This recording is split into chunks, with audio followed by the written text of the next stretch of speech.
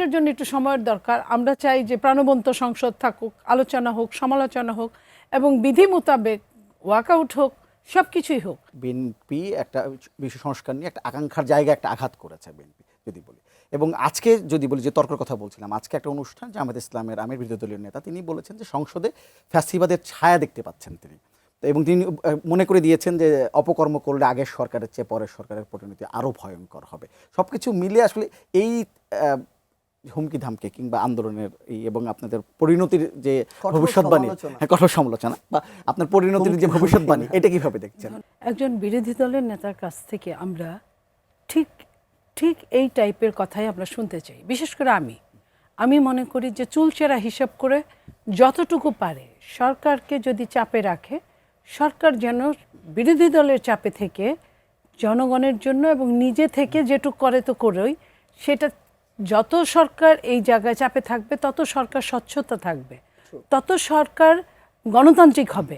এই যে 4টায় নির্বাচন গিয়েছে বিগত দিনে, সরকারের কোনো চাপ ছিল না, যেমনি ইচ্ছে অমনি নির্বাচন করেছে, কখনো রাতে, কখনো বিনা ভোটে, কখনো আমিডামি, যে কারণে সরকারের কোনো চাপ ছিল না। সরকার যা বলছে ওটাই আইন, যেটা যখন ইচ্ছা গুম করছে, যখন ইচ্ছা খুন করছে, সেটাই সে করেছে। আমরা এরকম সরকার চাই না। আমরা চাই যে আমাদের একদম দাঁড় করানোর উপরে রাখুক বিরোধী দল। সো আমি খুব খুশি এই বিরোধী দল আমার সহ আলোচকের মতো যদি, আজকের কথার মতো যদি এই প্রাণবন্ত সংসদ হতো, প্রাণবন্ত সংসদে যদি হামের কথা বলতেন, কেন হামের টিকা নাই, কবে থেকে নাই, কেন নাই, এই সরকার আসার পরে কতটুকু করতে পেরেছে, জবাবদিহিতা, কেন দ্রব্যমূল্য আরও দাম কমবে না, কেন সিন্ডিকেটকে ধরা হবে না, এই সিন্ডিকেটগুলো কারা, নিজেরও কিছু সিন্ডিকেট আছে। আপনি জানেন ব্যবসায়ীরা কিন্তু সব মিলেমিশে খায়, সব দলেরই সেখানে থাকে। তো তাদেরটা সহ আমাদেরটা যদি নাম, যদি তাদের একটা ঘোষণা করলে আমাদের 5টা করুক, সমস্যা নাই। যদি করে, আমার মনে হয় যে জবাবদিহিতার ক্ষেত্রটা আরও বড় পরিসর হবে। তো এই জায়গাটা আমরা ঠিক এরকম বিরোধী দল চাই। কিন্তু যে বিরোধী দল আপনার বলে যে ফ্যাসিবাদের ছায়া দেখছে, এটা যদি ভয় দেখানোর জন্য বলে থাকে, আমার কোনো আপত্তি নাই।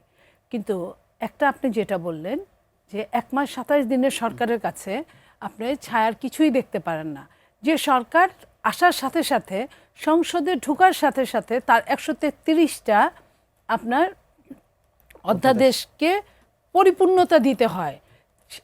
আমি বিরোধী দলের নাজুক, এটা যেমন সত্যি, সরকারি দলও তো 17-18 বছর ক্ষমতায় ছিল না, বিরোধী দলে ছিল না।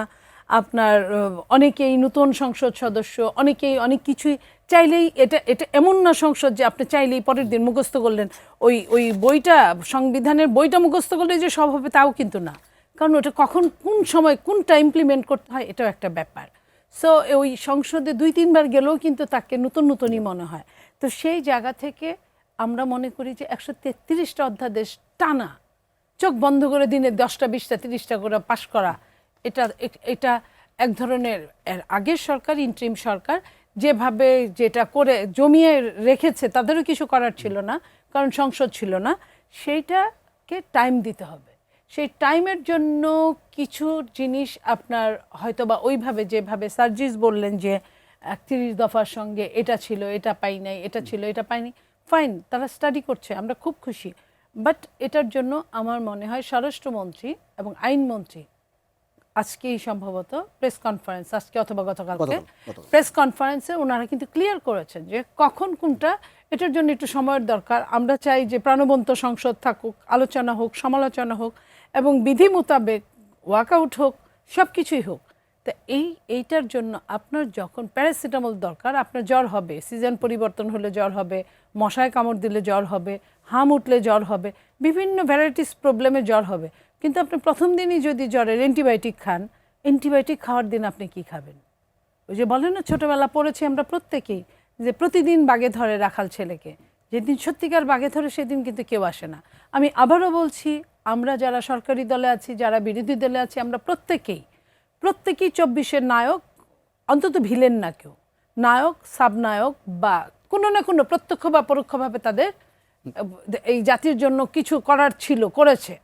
তো সেই জায়গায় আমরা সবাই মিলে এই গণতন্ত্রটাকে ভাগাভাগি করে আমরা এটার সুযোগগুলো নিতে চাই। আমরা জনগণকে এই সুযোগটা দিতে চাই। যে জনগণ বলবে যে পয়লা বৈশাখ ডোন্ট ওয়ারি, আমি খুব মজা করতে চাই, আমি আমি সে রমনায় যেতে চাই নির্ভয়ে, আমি সরার দিতে যেতে চাই একদম নির্ভয়ে। তো এই জায়গাটা, এই ক্ষেত্রটা তৈরি করে দেওয়ার জন্যই আমরা কাজ করছি।